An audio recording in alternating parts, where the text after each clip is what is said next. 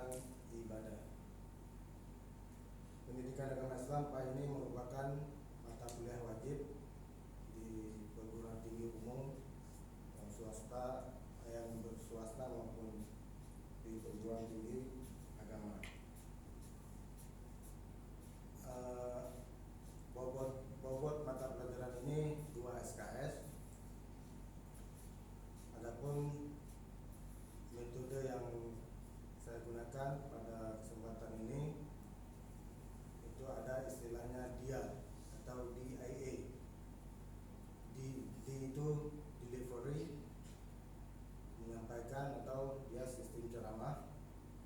Kemudian I itu interaction, itu interaksi, diskusi, bisa nanti diskusi, dialog antara dosen dengan mahasiswa. Kemudian yang E-nya itu assessment, penugasan. Nah, jadi penugasan ini macam-macam. Nanti ada disuruh buat rangkuman dari materi yang sudah kita pelajari. Dan ada dosen itu suruh buat makalah, baik itu pribadi maupun kelompok. Dan ada dosen yang lain dia menggunakan tes langsung, tes formatif. Tes formatif itu dia berbentuk choice. Ini metode ini yang diterapkan, yang saya terapkan pada pembelajaran pendidikan agama Islam PAI 2, yaitu tentang ibadah. Baik, sebelum kita melanjutkan ke materi pembahasan, saya ingin mengabsen nama-nama kalian dulu. Yang saya panggil tolong jawab hadir.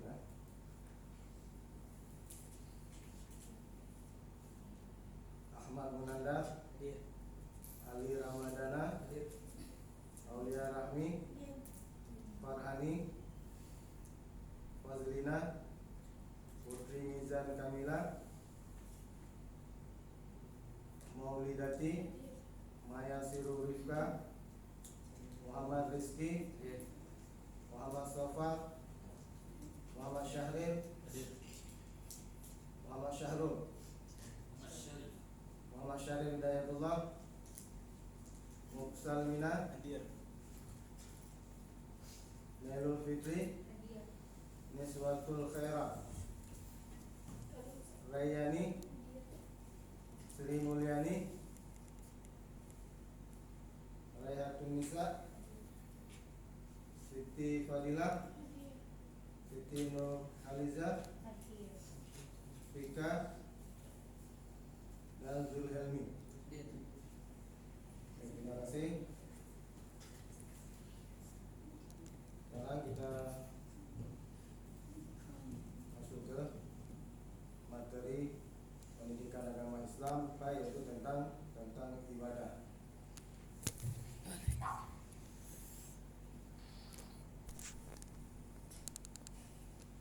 Nah, jadi ibadah ini, kata ibadah ini berasal dari bahasa Arab, yaitu kata abada ya'budu, ibadatan, yang artinya penyembahan, patuh, taat, dan lain sebagainya. Ibadah merupakan salah satu tujuan penciptaan manusia, dan untuk merealisasi tujuan tersebut diutuslah para rasul dan kitab-kitab diturunkan. Jadi kenapa kita beribadah? Karena kita sudah diciptakan oleh Allah. Wa ma khalaqtul jinna wal insa illa liya'buduni. Itu tujuan Allah menciptakan kita manusia. Kemudian untuk tujuan ini maka diutuslah para rasul. Melalui para rasul itu kitab-kitab diturunkan. Makanya kitab yang diturunkan itu ada dampaknya. Kitab Taurat diturunkan kepada Nabi. Setelah Taurat Zabur diturunkan kepada Daud. Setelah Zabur diturunkan kepada Isa. Kemudian yang terakhir Al-Quran yang diturunkan kepada Nabi SAW. Dan itulah pegangan kita sebagai umat Islam. beriman kepada Allah Ta'ala tentu akan berlomba-lomba dalam beribadah kepada Allah Ta'ala. Akan tetapi karena ketidaktahuan tentang pengertian atau jenis-jenis ibadah, sebagian mereka hanya fokus terhadap ibadah tertentu saja, misalnya salat, zakat, dan puasa. Kenapa? Karena ibadah itu ada ibadah mahdhah dan ada juga ibadah ghairu mahdhah. Kalau yang mahdhah itu dia murni ibadah dan itu langsung kita terima dari Allah dan disampaikan melalui wahyu. Itulah dia seperti salat, puasa maupun zakat. Nah, ini murni salat, murni ibadah.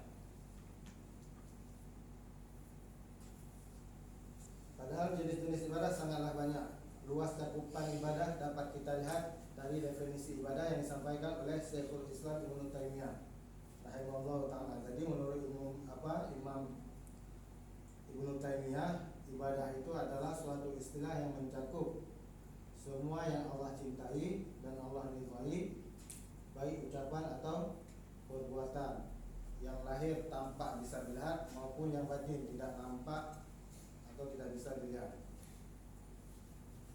Jadi ibadah adalah segala ucapan, segala perbuatan yang Allah cintai dan ridhoi. Seperti ucapan itu dia ada yang nampak. Nah, ketika kita bicara itu nampak kedengaran. Ada ucapan yang tidak nampak, yaitu ucapan hati.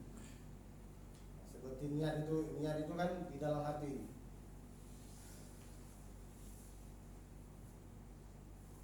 Kemudian perbuatan itu seperti gerakan kita dalam salat, ketika kita beri sedekah,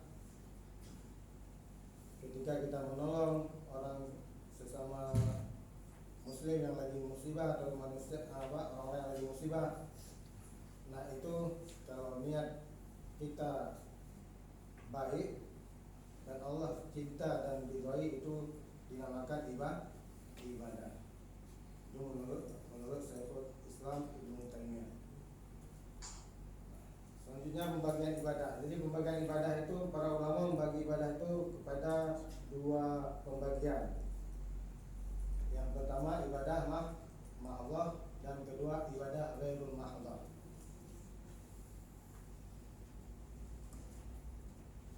Nah, ibadah mahdhah itu adalah ibadah yang murni ibadah. Maksudnya murni ibadah itu dia begini. Ada 3 ciri. Yang pertama, ibadah mahdhah adalah amal dan ucapan yang merupakan jenis ibadah sejak asal penetapannya dari dalil syariat. Artinya perkataan atau ucapan tersebut tidaklah bernilai kecuali ibadah. Dengan kata lain, tidak bisa bernilai netral, bisa jadi ibadah atau bukan ibadah. Nah, ini dia ciri yang pertama. Jadi dia memang ada dalilnya. Ibadah ini, ibadah apa? Ciri yang pertama ibadah mahdhah. Dan dia tidak bilang, dia boleh kita bilang apakah dia ibadah atau bukan, tidak boleh. Dia memang sumbernya itu jelas, langsung dari Allah. Contohnya apa? Contohnya yang sederhana adalah salat. Salat ibadah mahdhah. Kenapa? Karena perintah atau dalil, dia ada dalil khusus dari syariat, dari Allah.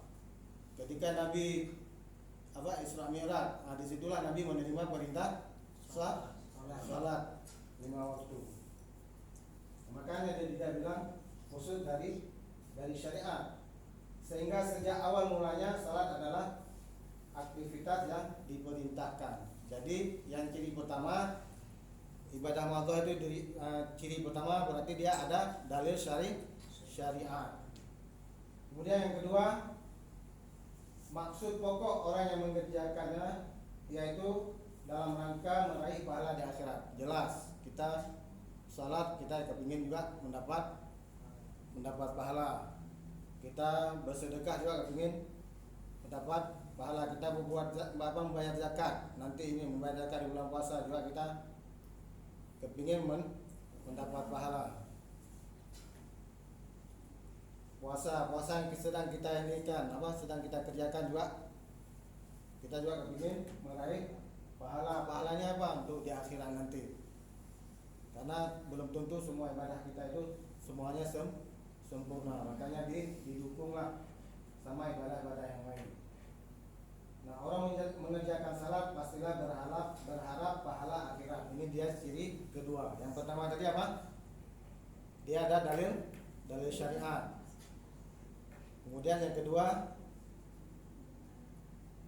kita pasti mengharapkan pahala untuk akhirat. Itu jadi yang kedua, ibadah mahdhah. Kemudian yang ketiga, hanya bisa diketahui melalui jalan wahyu. Tidak ada jalan yang lainnya, termasuk melalui akal atau budaya. Jadi ciri ibadah yang mahdhah yang ketiga ini dia melalui wahyu, bukan aktivitas manusia, bukan kreasi dari manusia, bukan dari budaya setempat atau budaya suatu lokal, budaya suatu negara, bukan. Tapi dia merupakan wahyu yang disampaikan oleh Allah melalui nabi-nabi dan utusan-utusannya. Seperti ibadah salat, tidaklah mungkin kita ketahui selain melalui jalur wahyu. Rincian berapa kali salat, kapan saja, berapa rakaat, gerakan, bacaan dan seterusnya hanya bisa kita ketahui melalui penjelasan Nabi Sallallahu Alaihi Wasallam. Itulah yang dibilang wahyu, bukan hasil dari kreativitas dan olah pikiran kita sendiri, bukan. Nah, jadi nggak boleh di salat ini nggak boleh main-main. Nah, sekarang ini yang kita sayangkan orang yang kurang paham tentang agama ini, salat dibuat seenak-enaknya. Salat ada yang diikutin pakai musik ya, bacaannya didandutkan. Allah ini sangat memiriskan. Itu tentang ibadah mahdhah ya. Jadi yang ketiga itu ciri ibadah mahdhah itu adalah dia melalui jalan wahyu, bukan kreasi manusia ataupun budaya suatu tempat. Nah, yang kedua, ibadah ghairul mahdhah. Nah, ibadah ghairul mahdhah ini dia lebih luas dan ibadah ini dibilang yang tidak murni ibadah. Nah, maksudnya cirinya ini berarti dia ada 3 ciri juga, tetapi dia berbalik dengan ciri ibadah mahdhah tadi. Nah, apa ciri-ciri ibadah ghairul mahdhah? Yang pertama, ibadah perkataan atau perbuatan tersebut pada asalnya bukanlah ibadah, akan tetapi berubah status dia menjadi ibadah karena melihat dan menimbang niat pelakunya. Jadi dia ini memang bukan enggak ada dalil syariat, bukan melalui wahyu, bukan perintah Allah. Tetapi ketika kita melakukannya didasari dengan niat, maka dia berubah statusnya menjadi ibadah. Makanya di dalam Islam itu kan ada kaidah di dalam ushul fiqh, al-umuru bi maqasidiha. Jadi segala urusan itu, segala urusan di sini, perbuatan, ucapan, ibadah kita itu semua tergantung kepada niat kita. Makanya sumber kaidah ini diambil dari sabda Nabi sallallahu alaihi wasallam, innamal a'malu bin niat wa innama likulli imri'in ma nawa. Faman kana hijratuhu ila Allah wa rasulih fa hijratuhu ila Allah wa rasulih. Wa man kana hijratuhu li dunya yusibuha aw li imra'atin yang kihuha fa hijratuhu ila ma hajara ilaih. Nah, ini dia dasar sumbernya ini dari sini, innamal a'malu bin niat. Nah, ini dia ciri pertama ibadah ghairul mahdhah. Nah, gampang contohnya apa? Makan. contoh sederhana ibadah rumah ini adalah aktivitas makan. Ada yang bawa makan? Silakan makan. Ada yang nggak puasa di sini? Enggak, kalau di sini nggak mungkin. kalau di sini ada yang nggak puasa berarti tidak ada yang berubah ya. Nah, jadi contoh apa gampangnya yang sini adalah makan, aktivitas makan. Makan pada asalnya bukanlah ibadah khusus. Orang bebas mau makan kapan saja. Yang nggak ada, oh kamu harus makan nanti setelah zuhur. Kan nggak ada. Tapi kalau zuhur dia kan waktunya jelas. Oh jadi kalau sekarang mungkin jam 12.37. Nanti asar berarti jam 3 sekian.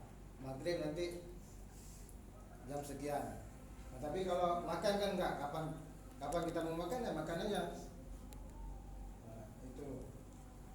Baik ketika lapar ataupun tidak lapar dan dengan menu apa saja kecuali yang Allah Ta'ala haramkan. Nah, jangan coba-coba makan daging babi. Memang daging babi itu kalau dipanggang itu memang kalau kita nggak tahu, oh harumnya luar biasa. Daging babi itu.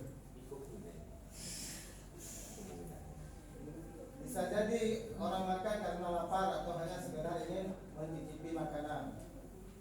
Akan tetapi aktivitas makan tersebut bisa berpahala. Ini yang penting. Nah, ini aktivitas bisa berpahala ketika pelakunya meniatkan agar memiliki kekuatan tidak lemas untuk salat atau berjalan menuju masjid. Nah, ini dia ciri pertama. Ciri pertama apa? Ibadah ghairul Allah. Jadi dia perkataan atau perbuatan yang asalnya bukan ibadah, tetapi ketika kita niatkan apa seperti makan tadi supaya kita kuat dalam melaksanakan ibadah puasa, bekerja, belajar, kemudian kalau misalnya dating gimana itu? Tahu dating? Dating tahu? Dating, ngedate. Nah, itu masuk ibadah. Bukan masuk ibadah karena memang tidak dibolehkan. Kecuali tunangan pun nggak boleh dibawa sembarang. Nggak boleh juga diajak ngedate sembarang. Nah, itu ciri pertama ibadah atau rumah Allah. Kemudian yang kedua maksud pokok perbuatan tersebut adalah untuk memenuhi urusan atau kebutuhan yang bersifat duniawi, bukan untuk meraih pahala di akhirat. Nah, misalnya makan kita ini untuk memenuhi kebutuhan pokok primer kita dalam hidup supaya kita tidak mati. Kita menjaga hidup itu juga wajib. Maka kita perlu makan. Kecuali sekarang belum boleh makan. Nanti jam 6.42 nanti boleh makan. Sehingga dia bisa menjaga keberlangsungan hidupnya itu. Kemudian jadi pokok perbuatan tersebut adalah yang kedua cirinya maksud pokok perbuatan tersebut adalah untuk memenuhi urusan atau kebutuhan yang bersifat duniawi, bukan untuk meraih pahala di akhirat. Kalau salat tadi kita melaksanakan salat memang kita mengharapkan pahala untuk akhirat. Dan juga puasa, salat, kemudian haji, umrah itu semua kita mengharapkan pahala untuk akhirat. Dan yang ketiga, amal perbuatan tersebut bisa diketahui dan dikenal meskipun tidak ada wahyu dari para rasul. Ya kan? Seperti makan, mana perlu wahyu makan?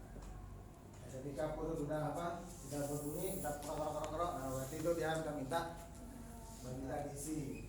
Jadi diisi ini adalah contoh sederhana makan itu, maka kita berikan contoh makan itu contoh paling sederhana untuk memahamkan pengertian ibadah berumah Allah. Tapi ibadah berumah Allah ini dia lebih kepada muamalah.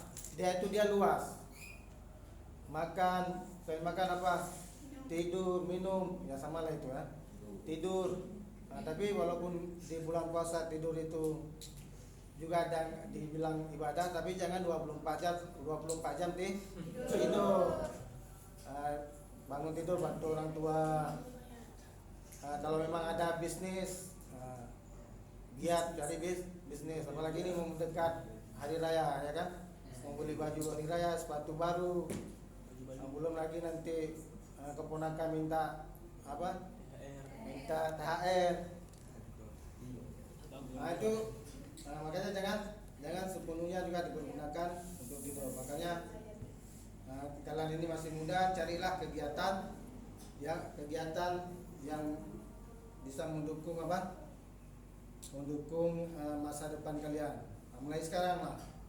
Nanti kalau udah jadi suami, udah jadi istri, itu udah susah. Jadi pikirannya itu udah berdobel-dobel, banyak yang dipikirkan. Nah, jadi dia muamalah ini dia lebih meluas. Muamalah itu banyak. Muamalah itu bukan yang berkaitan dengan perbankan saja, bukan. Dengan lain kita ikut dalam organisasi sosial yang Islami juga, itu juga termasuk ibadah. Ini bentar lagi mau caleg. Kalau ada kesempatan ikutlah caleg. Kalau kita nggak ikut yang kita agama Islam ini, maka nggak akan berubah. Ini yang jadi caleg, oke sabe. Jadi ya begitulah anggaran yang ada. Seperti yang kita saksikan ini macam-macam. Jadi berdasarkan penjelasan tadi, maka ibadah mahdzuf itu disebut juga dengan ad-din, yaitu urusan agama. Itulah lebih lengkapnya itu rukun Islam, ya. Sedangkan ibadah mahdzuf disebut dengan ad-dunya, itu urusan duniawi. Nah, inilah luasnya Islam di sinilah, luasnya ajaran Islam. Jadi kita ada ibadah yang berbentuk agama, kemudian ada yang berbentuk dunia. Itu kalau kita kerjakan, kita dasarkan dengan niat, itu semua akan mendapat pahala. Sebagaimana ibadah mahdzuf juga disebut dengan ibadah, sedangkan ibadah mahdzuf disebut juga dengan al-'adah atau al-'urfu. Bahasa lain al-'urfu, ada kebiasaan pada suatu negara, pada suatu daerah, pada suatu provinsi. Nah, itu disebut ibadah mahdzuf. Nah, seperti di kita di Indonesia ini, kita kalau Maulid Nabi itu ada acara apa? Biasanya ada dakwah ya. Ada dakwah, ada pengajian, ada apa lagi? Dalail. Nah, ini dia kembali kepada ibadah ini. Ibadah yang mahdzuf, dia berbentuk dunia, berbentuk duniawi. Itu juga kalau di mata Allah itu baik, itu akan mendapat pahala.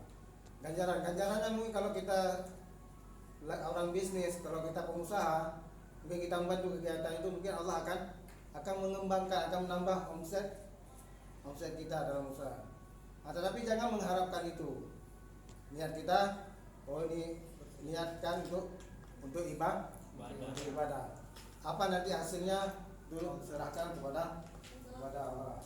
Yang tidak bagus itu kalau kita tidak peduli atau tidak mau ikut. Nah, sampai di sini ada pertanyaan? Ada. Silakan. Jadi itu masalah pembagian badan yang hukum mahbah juga ada mahbah.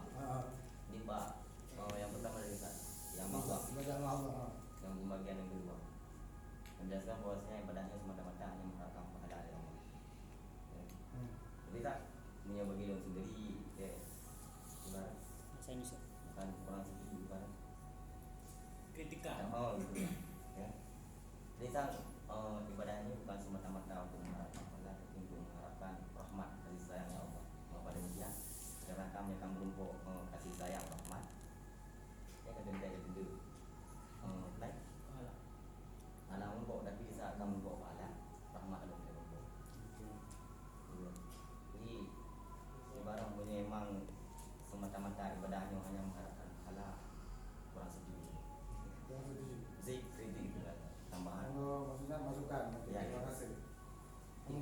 menanggapi? Udah, masih lanjut. Satu lagi, Pak, dari rumah Pak. Rumah lo. Rumah yang terakhir kan, yang masalah adat kebiasaan orang. Ada biasa. Ustaz bilang kan kayak ceramah pengajian ini maksud daripada rumah Pak. Rumah kan yang ada dalil kan. Tapi sama yang masalah ceramah pengajian yang ada dalil kan. Walaupun bahari sebenarnya ada masalah apabila ada dalam sebuah majlis kan, sekalipun tadi ada babu pen, kira daripada nombor itu ada dalilnya. Sedangkan yang menjaga rumah Pak sesuatu yang ada dalil. Jadi contoh bayubu kan mubah dengan niat aja. Kalau niatnya baik, punya niat untuk withdraw mental bagi apa yang anda merasa. Jadi itulah kayak pengajian dakwah mengambil fardu ain fardu kifayah. Seandainya itu nggak dikerjakan, berdosa nggak? Mana? Berdosa apabila dalam satu kampung misalnya. Anak alam sirongan lebih daripada menabung alim. Nggak, misalnya dakwah itu nggak dilaksanakan, berdosa nggak? Ya. Kamu berdosa enggak ada, tapi belum turun tinjau nampak masalah kayak rumah Pak anak tadi cuma ada kebiasaan. Tapi punya lagi dakwah. Ini ada dengan Pak Jok. Ya memang udumu ila sabili rabbika. Memang ada dalilnya.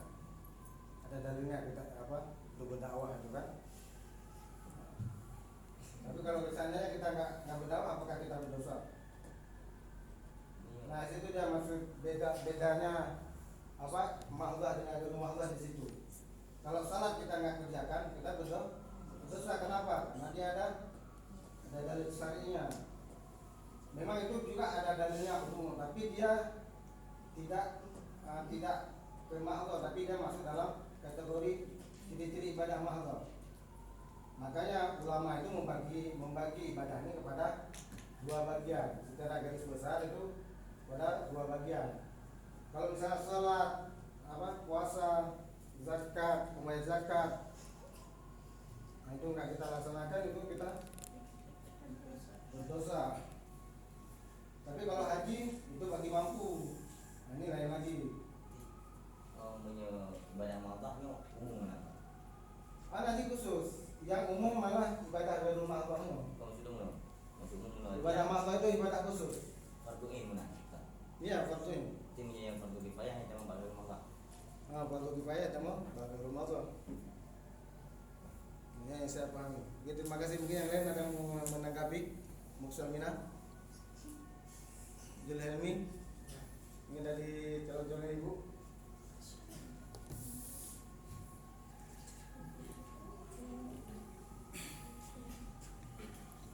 Oke, kalau nggak ada, kita lanjutkan.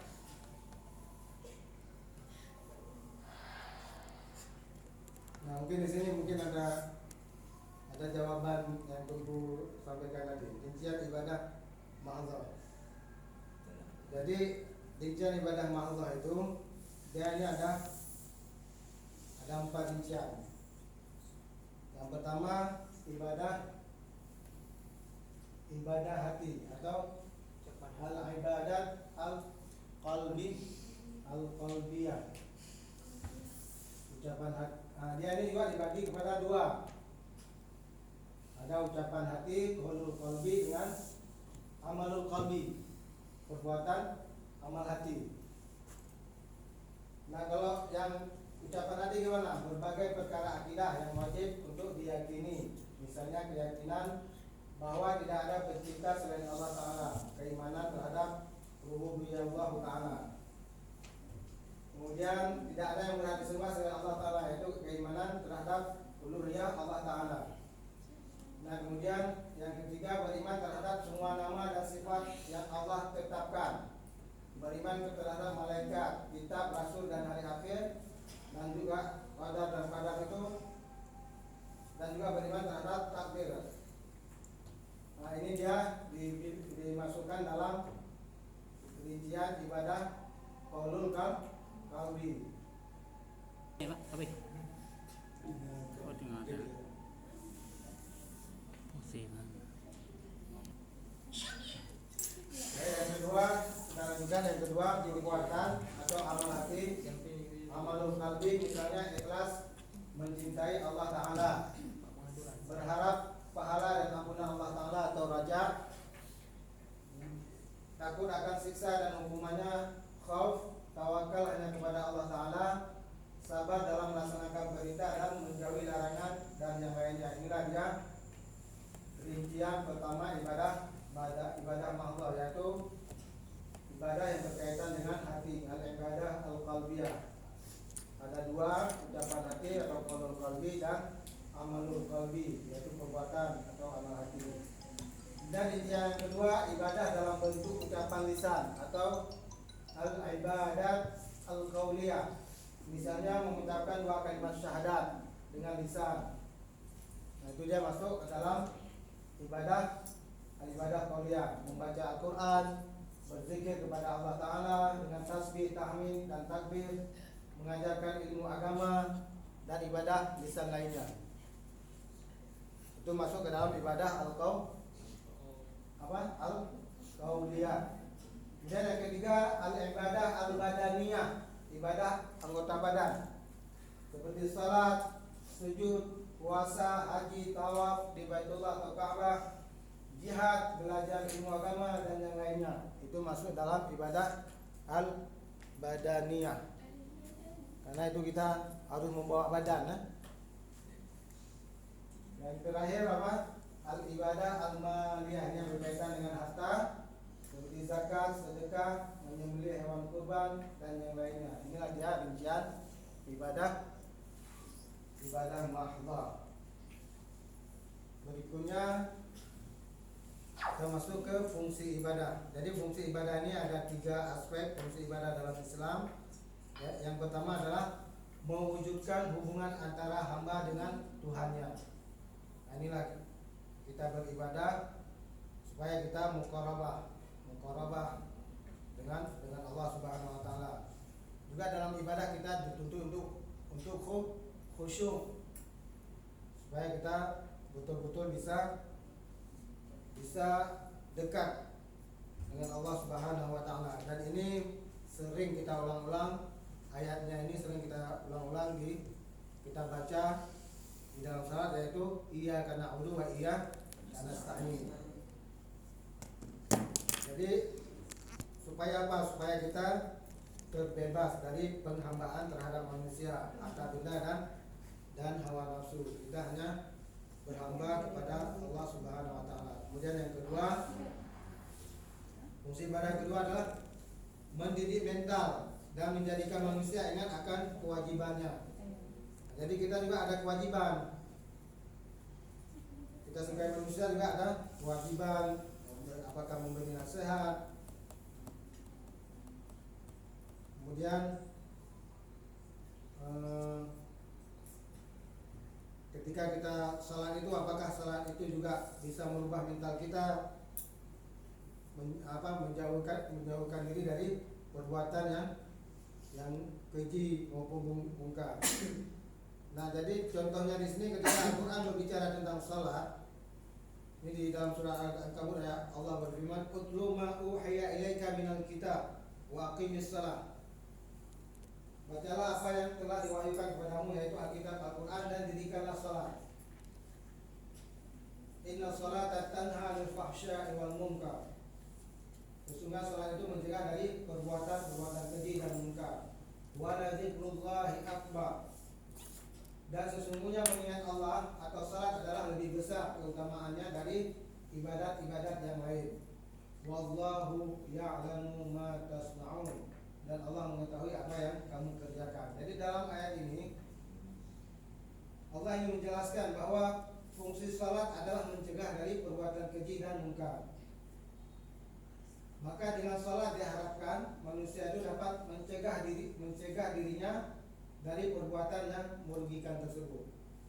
Jadi perbuatan keji dan munkar itu salah satunya adalah apa? Zina, kita berzina, kemudian menjual sabe, minum minuman keras, dan lain sebagainya, membunuh,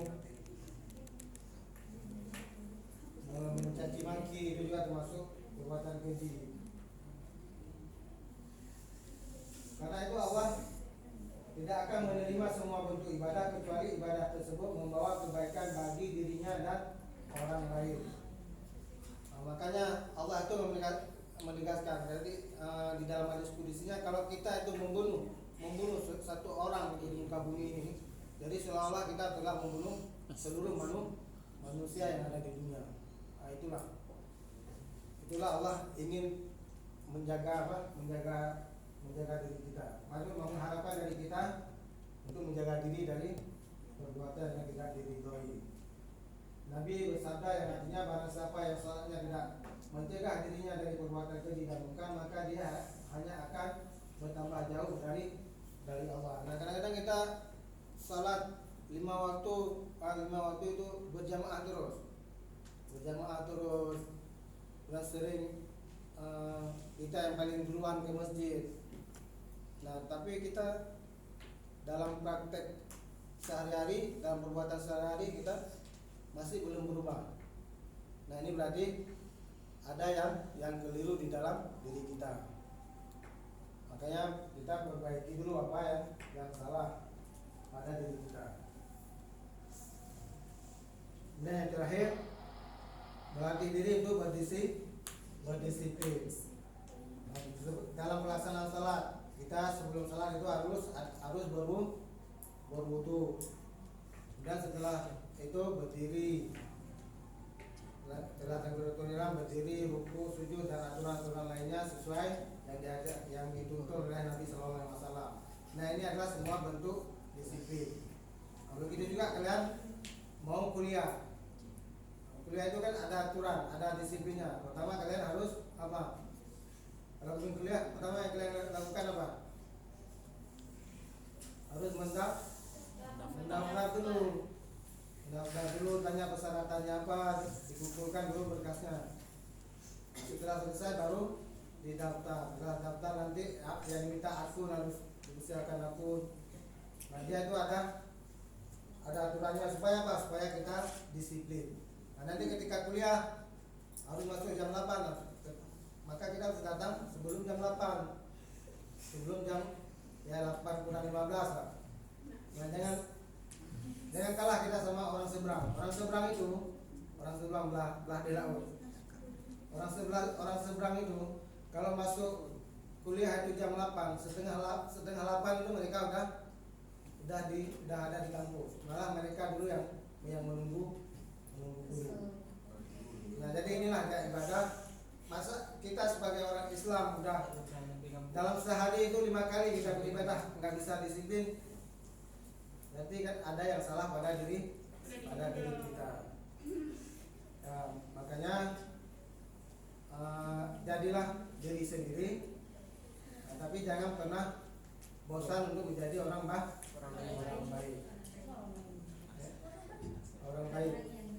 Mungkin demikian, semoga bermanfaat dan terima kasih atas perhatiannya. Jadi sebelum kita akhiri, ini ada tes formatif. Tes formatif ini ada 5 soal. Kita coba bahas sama-sama. Soalnya nggak jauh dari materi yang udah saya sampaikan tadi.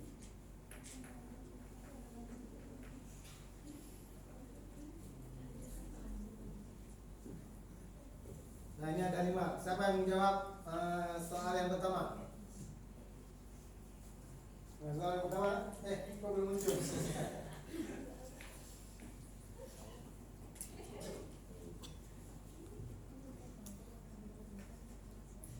Nanti rupanya. Dia juga kemau.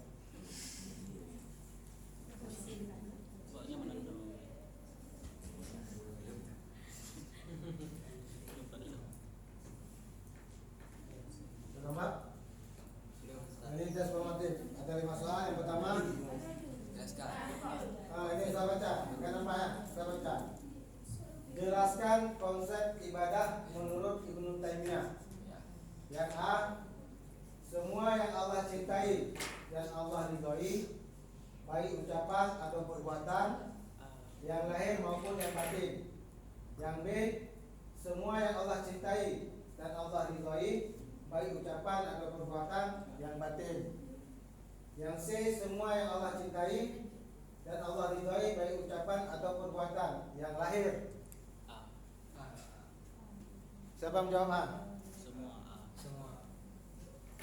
Jadi jawabannya yang A ya. Oke, kemudian yang kedua.